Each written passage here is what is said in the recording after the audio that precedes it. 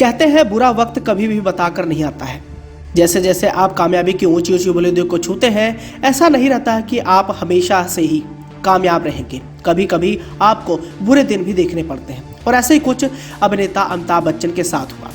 शानदार व्यक्तित्व रखने वाले अमिताभ बच्चन ने कभी भी अपनी जिंदगी में ऐसा नहीं सोचा था कि मेरे साथ एक ऐसा भी दिन घटेगा कि हर कोई मुझसे नाता तोड़ लेगा। बात करना चाहेंगे अमिताभ बच्चन के बुरे दौर के बारे में, जिसकी शुरुआत 90s के दौर में शुरू होती है।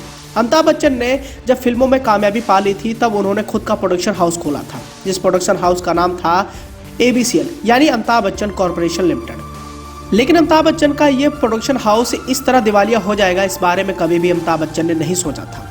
और इसके बाद जो दिन आए, अमिताभ बच्चन उसे कई बार याद करके रुआंसे तक हो गए थे। दरअसल हुआ यूं कि 90 के दशक में आसपास काफ़ी परेशानियों का सामना अमिताभ बच्चन को करना पड़ा था। इतने नहीं, उनके घर की हालत भी काफ़ी ज़्यादा बदतर हो गई थी। अमिताभ इस प्रोडक्शन हाउस के दिवालिया होने के बाद करोड़ों रुपए के कर्ज में आ गए थे, और इसी के बाद अभिषेक बच्चन ने कॉलेज छोड़ने का फैसला भी कर लिया था। वह इसके बाद अमेरिका से बीच में ही पढ़ाई छोड़कर वापस भारत आ गए थे।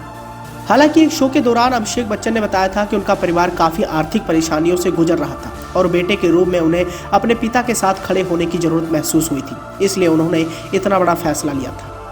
अभिषेक बच्चन इस शो के दौरान कहते हैं, मुझे हर बार मुश्किल समय में ऐसा महसूस होता है कि हम सभी को एक साथ होना चाहिए। मैं बिल्कुल भी बोस्टन में नहीं बैठ सकता था, वो भी तब जब मेरे पिता को ये भी मालूम नहीं था कि वे रात का खाना कैसे खाने वाले हैं। ये कितना बुरा समय था, ये सब लोग जानते भी हैं। एक समय तो ऐसा भी आ गया था कि मेरे पिता ने खाने के लिए स्टाफ से पैसे उधार मांगे थे। मैं उनके साथ इस मुश्किल समय में हर कीमत पर रहना चाहता था, इसलिए मैंने बीच में ही पढ़ाई छोड़ने का फैसला किया। अभिषेक बच्चन आगे इस दौरान बताते हैं कि उन्होंने अमिताभ को फोन किया था और बताया था कि वह कॉलेज छोड़कर घर वापस आना चाहते हैं। मेरे पिता बहुत ज्यादा मायूस और भावुक हो गए थे। हम लोग पहले इस बात पर चर्चा कर चुके थे कि मैं कैसा एक्टर बनना चाहता हूँ। यही वजह थी कि मेरे पिता ने मुझे वापस बुला लिया था। मेरे पिता ने मुझे भाषा पर जोर देने की सलाह दी थी।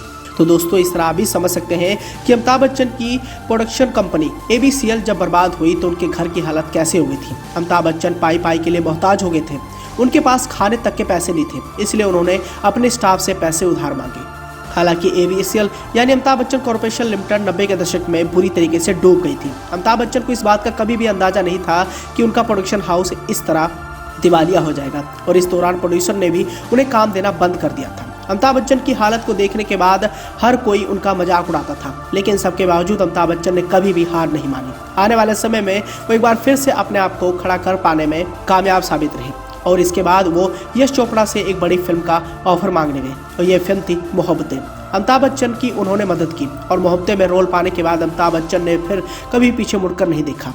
Mohabbatein film super duper hit साबित रही, और इसके बाद वो कई सारी बड़ी फिल्मों का हिस्सा बने। इसके साथ ही उन्होंने कौन बनेगा करोड़पति की भी शुरुआत कर दी थी। और जैसे कि आप सभी जानते हैं कि अमिताभ बच्चन आज किसी पहचान की मोहताज नहीं है। 90 के दौर में जिस हिसाब से अमिताभ बच्चन ने अपने बुरे हाल देखे, उसे याद कर वो कई बार भावुक भी हो चुके हैं, लेकिन इससे सीख लेकर उन्होंने आगे बढ़ना ही सीखा।